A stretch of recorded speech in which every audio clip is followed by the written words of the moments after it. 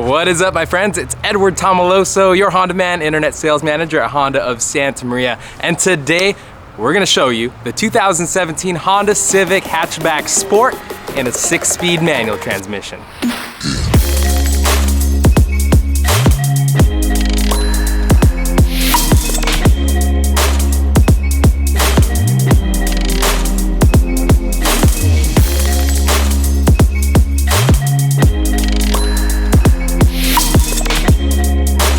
And by we, I mean my friend on the East Coast in New York, the Flyin Gato. So I won't be getting this car for another few months, and he's already got it again because these cars are being made in the UK, and I'm here in California where it's taking a while for them to make it across the United States. So he's going to show you the car that he purchased himself. So he has a channel, so if you watch this video and you like the content, definitely subscribe to his channel. And if this is your first time on my channel, give it a like, comment, and a sub if you like my content. I will be putting out more things. So without further ado, it's the car that you've been interested in. 2017 Honda Civic Hatchback Sport, 6-speed manual transmission.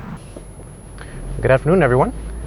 This is Flyin Gato, here for another video. Today we have the pleasure of working with my first collaborator. His name is Edward Tomaloso, also known as your Honda man, and he reached out to me last week to try to get a video together of this 2017 Honda Civic Hatchback Sport with the manual. He actually works for a Honda dealership, so the fact that he can't get a hold of one yet all the way on the West Coast shows you how rare this car is still. What we're going to do today is we're going to do a very detailed review of this 2017 Civic Hatchback Sport. I know you guys have a lot of questions. This is a brand new car that came out from Honda, and the US is the first country that's getting it, so worldwide I'm getting a bunch of questions, and I'd love to help you guys out and answer them. I also want to spread the enthusiasm for manual transmission cars. A lot of people are getting the automatic, and I don't blame them, of course. You know, it's your choice, and it's not a bad choice. It's not a bad CVT. The automatic on these cars is not the worst CVT I've ever driven. Nissan's one of the worst. As always, if you have any questions, any thoughts, you can post them down in the comment section. You can email them to me. You can get on my Facebook page at New York Gato. You can get on my Twitter, that's again New York Gato, or my Instagram, that's Flyin Gato. So you know, I'm more than happy to help you guys out if you have any questions. Either I'll answer them in the comment section, or I'll respond to you directly if you respond to me directly, or I'll post a video if I get enough of one question. So with that said, let's get started, and I hope you enjoy. Now, the main thing that you're going to be focusing on here are the center mounted exhaust right down there, and the two honeycomb grills on the sides. Again, very controversial. People don't like them. They're very against it. I don't know what they're talking about. I mean, I think it breaks up kind of the monotony of the back. Can you imagine the car without those honeycomb grills? It just wouldn't look right, you know? To point out my favorite side of the car, and that would be right here. This hatch corner right here with the very aggressive looking rear taillight and the black rims and the contrast. You get the red, you get the white, you get the black. It just looks aggressive with that center mounted exhaust. It looks really, really cool, and I'm just happy to have a hot hatch from Honda, from the factory. And when I say hot hatch, I do mean it's a hot hatch. I know it's not an SI. I know it's not a Type R. The Type R is the real true hot hatch, but this is the hot hatch for those that need a daily driver, a comfortable daily driver. And as you're going to see in the driving portion, as you saw in my previous driving portions, it's no slouch. So this look right here is just amazing. And here we have the pièce de résistance of the hatchback, the actual hatch area. Now if you see from here, you could see that the hatch opens up really nice and wide. Gives you a lot of space to put stuff in there. And let's put a little close up here. And you can see I already started putting junk in. You know, I have my drone in here, and I got a couple of things, my little snow scraper. And that box back there, that's my interior illumination kit that's going to be installed on Monday or Tuesday. So as you can see, there's plenty of space back here for pretty much anything you want. One of the negatives of a hatchback, and that's of any hatchback, is that if you do have stuff rolling around back here, you know, you will hear it in the front. If you have a closed trunk, you don't hear it. So that's one of the things you should keep in mind when you're buying a hatchback. I don't care about that. It's not a big deal for me at all. So why don't we put the seats down and really take a look at the space? It's really simple to do it. All you do is just take this and push it forward.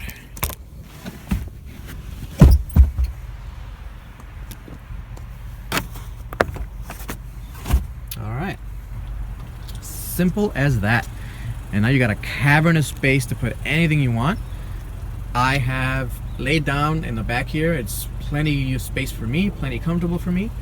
I would probably put in a little mattress here to kind of cushion it a little bit more. It's not, you know, it's not that cushiony. But other than that, it's pretty good. One thing I do want to note here as well is that when Honda designed the hatch, they actually reinforced all around here really nicely. You know, it did add a little bit of weight to the car, but it adds structural rigidity to the car as well. I believe this is actually more rigid than the sedans and the coupes. So it's something to keep in mind also when you buy the hatch. Alright, so here we got the rear compartment of the car. In the rear compartment, you're going to see it's a more simple design. Plastic here is not as soft as the plastic in the front. Again, you get the little very plasticky door handles that are everywhere on the car, which is fine. You have a little cup holder down here, or I guess you say a bottle holder, because you can't really put a cup in there. So it's one thing that I would say is missing from this car, is especially the Sport Edition car, is that it doesn't have any real cup holders back here. A lot of them EX models, I believe the EX and above models only have it. I don't think the LX has it either. This doesn't have a cup holder that comes out of here. It's just one piece. So there's no real place to put any cups of coffee or anything like that. You can put a bottle of water, but that's really it. One thing I do want to show here, and notice that there's a ton of legroom. Now this is positioned for my comfort, and you can see here there's a lot of room for people to spread out back here. And I'm just gonna go ahead and take a look down here, and there's plenty of space for you to put your feet in. And let's sit down. All right, so as you can see, plenty of space. I'm very comfortable. You know, I'm 5'8", so I'm not that tall, and there's still plenty of space for me to go. Probably about another 3 or 4 inches for me to go up. So it's not bad. It's got the handles here to put up your clothes. It's got another little nifty thing here I'm going to show that you can put up. You know, you could hook stuff onto for whatever you need to do. It could be your jacket. It could be whatever else. And I do like the fact that the ivory front interior kind of continues on back here. I like that touch very much, and that's pretty much it. There's no vents back here. There's no heated seats back here. There's nothing much for the back passengers, but I think that's all they really need. All right, guys. So looking at the interior of the car, this is the driver's side door panel. So as you would expect, it's going to have all the buttons right here that you're going to need. Now, one thing to note is that these are auto up and down. So you click down once to put the both fronts down automatically, and you pull them both up to pull both the fronts up automatically. The backs do not have that feature. This is to turn on and off the switches for the windows. This is to unlock and lock the car, and this is for the mirrors. As you can see, you know, it's a pretty standard door card. The biggest difference here is that most Civics are going to have this black. On this white car, we have this ivory look here to complete the rest of the interior. And the other thing I wanted to note here is that I'm not a fan of the door handle. This door handle kind of, you know, it's made out of plastic. As you can see, it kind of bends around. I mean, I'm sure it'll last. It's a Honda, but I wish it was not plastic. I wish it was aluminum. And the last thing is that this will be constantly scratched up as you go in and out of the car, unless you're very careful. All right, so the next thing I want to talk about, and not to sound overly negative about it, is the pedal box. So looking at the pedals of the car here, they're very nice. They're aluminum and they have the rubber grips. So, well, I'm not sure if they're aluminum, but they're metal and they have rubber grips. And you know, they work well enough. The clutch pedal feel is a bit soft, but it is a Civic hatch, so you don't expect it to be a heavy clutch. It's comfortable for long road trips and things like that, so nothing to worry about there. My biggest gripe with this is the brake pedal in relation to the accelerator pedal. To those that know how to heel toe shift, you can see here that the brake pedal is much further up than the accelerator pedal. That's a problem for me. I'm hoping that the aftermarket offers an adjustment kit so that I can adjust the accelerator pedals to be a little bit higher. Now, saying that, you can definitely still heel toe with this. It's just a little bit more difficult than it needs to be. All right, so let's concentrate now on the driver's cockpit, as it is the most important area of the car. The steering wheel here is a very nice steering wheel. You know, it's not a flat bottom steering wheel, which is not a big deal. I never really felt that you needed a flat bottom steering wheel. I've test drove a few Ford Focus STs, and they do have the flat bottom steering wheel, but I mean, it didn't really make a difference to me. It does have very aggressive 9 and 3, or I guess 10 and 2 bolsters there to kind of let you know where to put your hand. And it's a pretty thick steering wheel. I kind of wish it was a little bit smaller, but it's perfectly fine for everyday use and for enthusiast driving. And on the left here, different to the other, so the EX model and above, you're not going to have a capacitive touch volume knob here. The volume knob is just up or down here, and then left is next station or previous song, and right is next song or next station. And these are your Bluetooth phone functionality, and then on the right you're going to have your cruise control functionality, which I don't really use cruise control that much, so you know, it is what it is. I kind of wish this is kind of a blacked out, just to kind of make it look sportier, but it's fine. And now we concentrate into the actual gauge cluster. Now I've posted videos on this already, so I'm not gonna go over it for too long again, but one thing I do want to show is how the analog needle moves up and down. It's really cool. I do prefer the analog gauge cluster to the fully digital gauge cluster.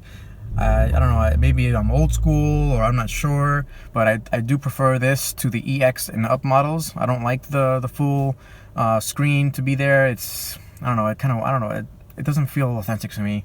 I know it's still electronic and it's still controlled by electronics, you know, but you know, it's just preference at this point. One thing I do note, I wish this had a boost gauge. This car is a turbocharged 1.5 liter engine, and the turbo does, you do hear the turbo actually. If you have the windows down and you're going through a tunnel or something, you hear the turbo kind of, you know, doing its thing. So I just wish it had a turbo boost gauge so I can see what's going on with the turbo.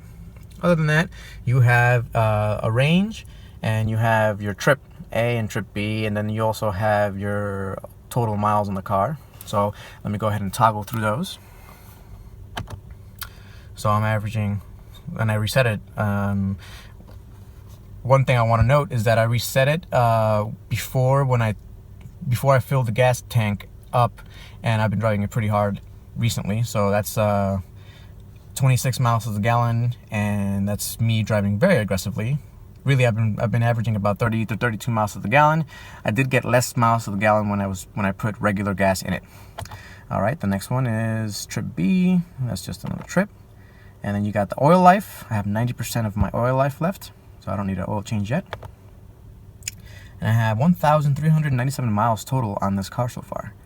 I'll be posting a review of this car when it gets to 2,500 miles, and I want to just give an update on how I feel about the car then.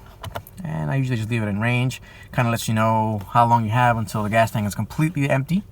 You have the gas tank gauge on the right there, then you have your temperature gauge on the left. Temperature gauge on the left, you know, kind of after it warms up, you don't see it move at all, so it's one of those dummy ones. And the gas tank has that usual, after about halfway through, it really goes down to E quickly. So, You know, it's the same as everything else. You can see there, you see the brake on. I could also put on the brake hold. If it lets me turn it on, well, you'd see a green light turn on there. It won't let me turn on because I don't have my seatbelt on. You'll see it flashing there, but it's fine. Alright, so for the passenger compartment, there's not much to really talk about here. I do want to point out that the Sport model has this carbon fiber look trim. I think it looks really great. It contrasts the rest of it. So this is a plastic aluminum looking piece, and this is a carbon fiber piece right here, and it looks really cool. I mean, I like it. You know, it's not bad at all. It's not, obviously it's not real carbon fiber if you look close enough. I'll zoom in here. You know, you see it just kind of painted on there. Not a big deal at all. The other thing I want to note is that, you know, this little stitching thing here, in the beginning I didn't really like it. It did grow on me, and I do like it now. It's pretty cool. And the glove compartment is not dampened at all. It'll just drop down like that, and it's just a glove compartment. What else can I say about that? Another thing I do want to note is that the vents, I kind of like the design of the vents. So the vents themselves, you know, they're pretty, you know, they're angled nicely. It's pretty cool design here. I do like it a lot. And here you got the hazard lights, and you know, that's really it for the front compartment of the car. Alright guys, now let's get to my favorite part of this review, and that's the driving dynamics of this car. I would say that the driving dynamics of this car is the best part of this car, and this is why you would buy the manual Sport hatch. You know, you don't really care too much. You're the type of person like me that you don't really care too much about the touchscreen and the Apple CarPlay or the Android CarPlay. You know, you can make do with your cell phone. It's fine for me. What you really want to buy this car for is for a little bit of fun.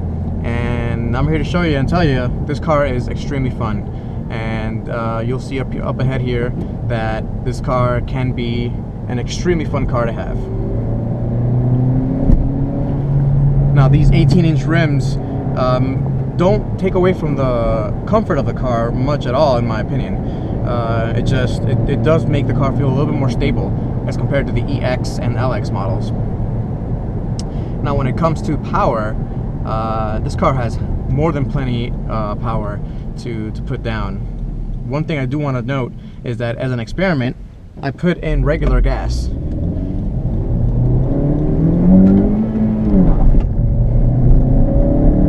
Yeah, and it's pulling quite nicely.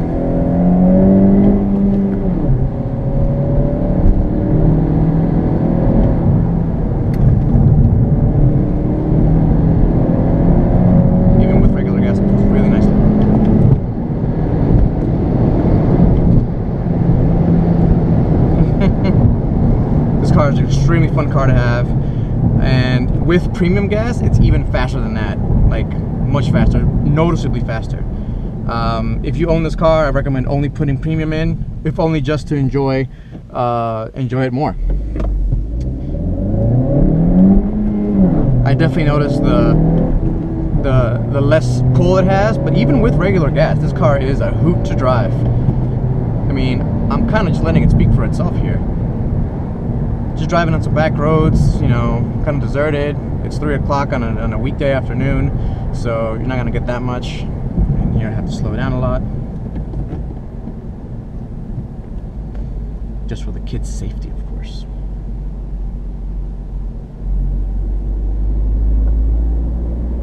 I mean, I really can't wait to get my hands on some tuning kits. I think Honda has one out, and a couple of more companies are coming out with some more. I want to put an intake, and we'll put an exhaust, and we'll put a tune on it. But as it is, this car is dynamically one of the best cars you can get. Alright, now that you've seen me drive this car in a very sporting manner, let's see how this car drives, you know, normally, as a normal person does. Now, as you set off, you don't have to turn off the parking brake. As long as your seatbelt is on, the parking brake will turn off automatically. Something cool that I found out. I don't want to go the wrong way here.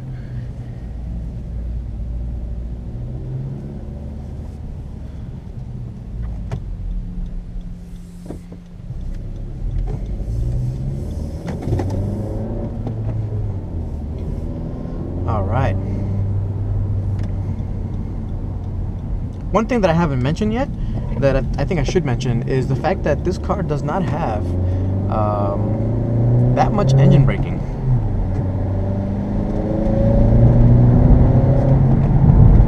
And I'll demonstrate that here.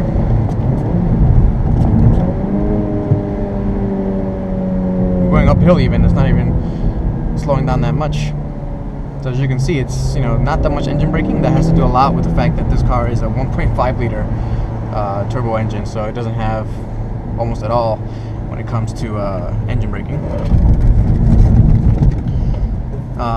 Those are little bumps there. I think it's dampened very well. I don't think it's jittery or juddery at all. It drives just fine for day-to-day use. Oh, we got quite the puddle over there. I'm gonna avoid that.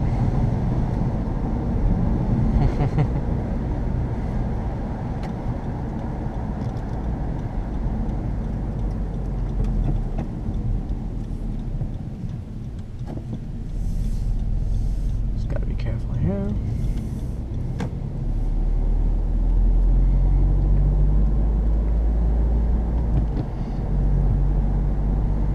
Another thing I wanted to point out as I drive normally is that at 35 miles an hour, you can definitely put it in 6th gear, and it has more than enough power to accelerate.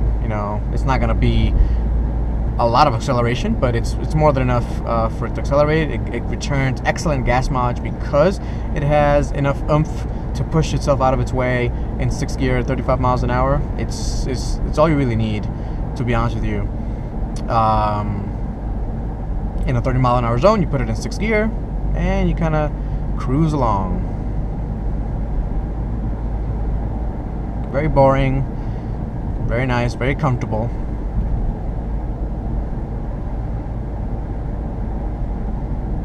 Another thing I wanted to point out as well is that since you have a hatch, you're gonna get a little bit more road noise from the back of the car than you do from the sedan or the coupe. Again, that has to do with the fact that the whole thing is just an open cabin. The whole cabin is just the whole car, really. So there's no separation of the trunk with the rest of the car.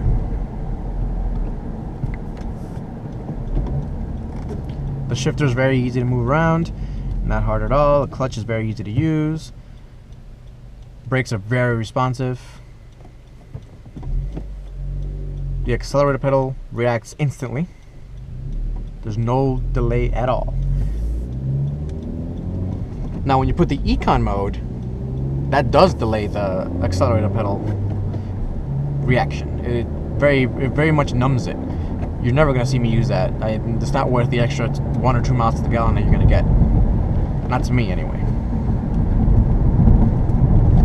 Maybe if you're going on a long highway trip or something like that, not for me, not worth it. As you can see, again, I'm in 6th gear at 40 miles an hour. Not bad at all.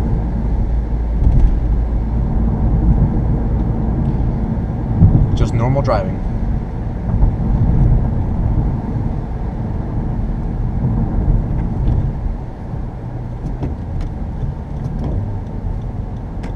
Go straight.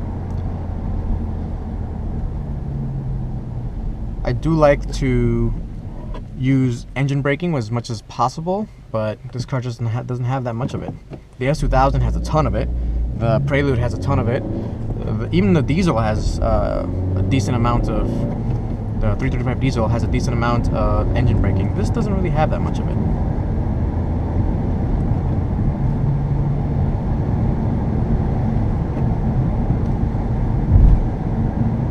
It's a very easy car to drive. The steering response is amazing. It's really good. This thing it's more than I could ask for from a sporty hatch. It's a double-edged sword, like I've said. In the highway, it's a little bit sensitive to any movements, but I'll take the trade-off. It's very responsive. It is an electronics power steering, but it's really good. I can't stress this enough. The steering response and the steering performance of this car, it's really good. I put it up there with the Prelude that I own. I know the Prelude has a double wishbone suspension, and this does not. I know the Prelude was designed as a sports car. This was not. I know the Prelude was, like $45,000 in today's money. this is $20,000 in today's money. I'm just telling you what I feel, and I've owned the Prelude for over 10 years. So from what I've gathered, this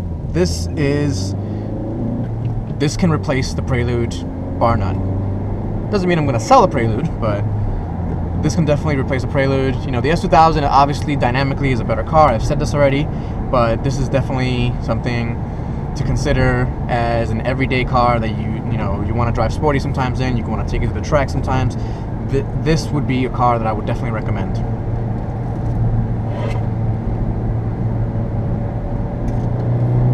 Punch it in third a little bit. Yeah, that's back to normal driving.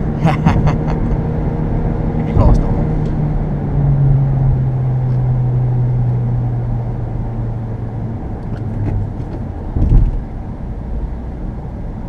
Put it in fifth and go up this hill here. More than enough power. And that's the power of the turbo. You know, it just spools up a little bit and it gives you all the oomph you need to go up a hill in fifth gear. I'm at 2,000 RPMs going up a nice steep hill. No problem at all. So there you have it. Normal driving in the 2017 Civic Hatch Sport manual. All right, so in conclusion, this car right now on the market is one of the best bargains that you can get. It has great storage space, as I showed you. It has a great interior. It has great exterior features. You know, some people might like it, some people might not. But the main reason to get this car is for its driving ability and the driving dynamics. Even with regular gas, as I showed you guys, this thing pulls, and it pulls really well. There's not much turbo lag at all. In fact, because of the small turbo, it actually spools up really quickly, and you know, after about 5,500 RPMs, the power does drop off a little bit. Nothing to worry about, not a big deal. Great car to have, great car to drive. Can't wait to get it on track. That said, I do want to point out that before I bought this car, I actually test drove a number of cars, and so we'll go through the list here. The cars that I drove were the Mazda 3, the 2.5 with the 6-speed manual. That was hard to find, but I was able to finally find that and test drive that. I drove 2 Ford Focus STs, a 2016 and a 2017, just to see how they are. And I drove a Hyundai Elantra. Didn't like that. I drove a Hyundai Veloster with 200 horsepower. The Hyundai Veloster looked good on paper, didn't like that. And I mean, the closest competition to it really are the Ford Focus ST and the Mazda 3 Hatch, 2.5 liter, of course.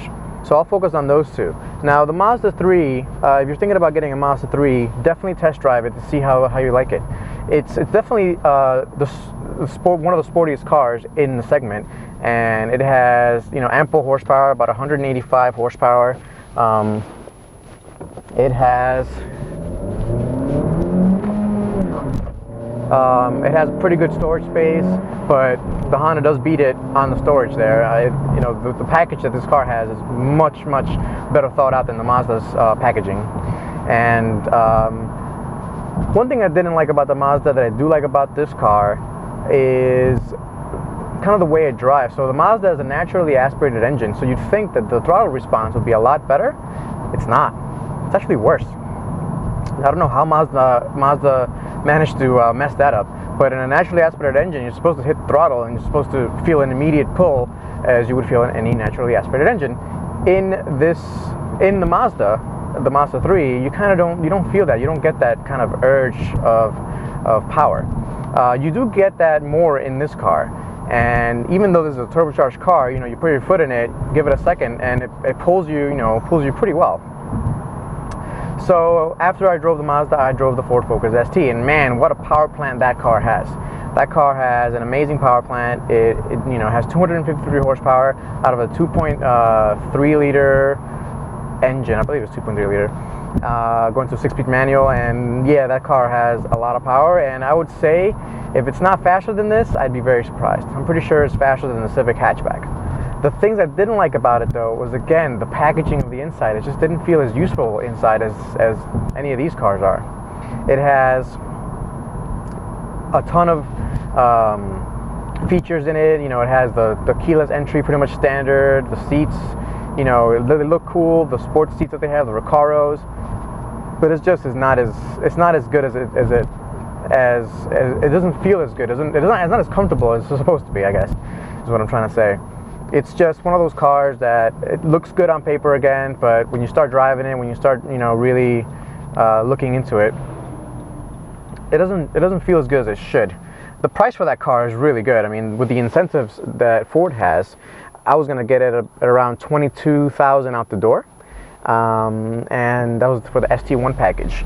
And even considering that, it didn't do it for me.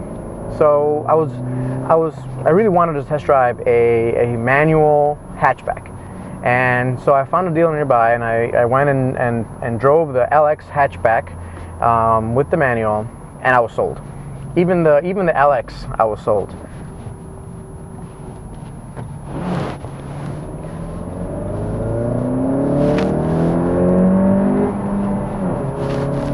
The throttle response is there, the power is there, and honestly, the handling is hard to beat. You know, the Ford Focus, when you threw it into a bend, it kind of just felt heavy. And that's the thing I wanted to really end with. One of the main things that makes this car really good is the fact that it's pretty light. So it only weighs about 2,800 pounds as a sport model. It goes up a little bit as we go along, as you go up in the trims. But you know, the Mazda 3 hatchback with the 2.5 liter engine weighs about 3,000 pounds, and the Ford Focus ST, that weighs 3,300 pounds. That's a lot of weight to be pulling around in a sporty hatchback, and you do feel it. You know, even though the Ford Focus ST has a lot more horsepower than this car does, I think it does a lot better job. I think the Civic does a lot better job at using the horsepower it has to pull it around. You know, the torque steer in the ST is insane. Like, you know, you put the gas down and it kind of pulls you one way or the other. You don't really get that from this car, and you know, part of it is because the engine's not that powerful. I think the other part is that it's a lightweight car, so you don't need that much power to accelerate a lot better. So, you know, because of the weight of the car, the power of the car, the efficiency of the car, you know, I'm getting 32 miles to the gallon. I like the way the car looks. You know, the space has been tremendous in this holiday season shopping. You know, I put whatever I want back there, fold one of the seats down, still can put, you know, 3 or 4 passengers in the car, you know, one here and one back there, two back there. It's just a very useful car that has a lot of features in it. It, you know, more than does what it needs to do for a $20,000 car or $22,000 car. As always, if you have any questions, please feel free to put them in the comment section, and I'll try my best to answer them as we go along. And if I get enough of one question, I'll make a small video to kind of answer them. All right, guys, so I hope you enjoyed this collaboration with Edward Tomaloso and your Honda Man. I hope to see you guys soon. Peace.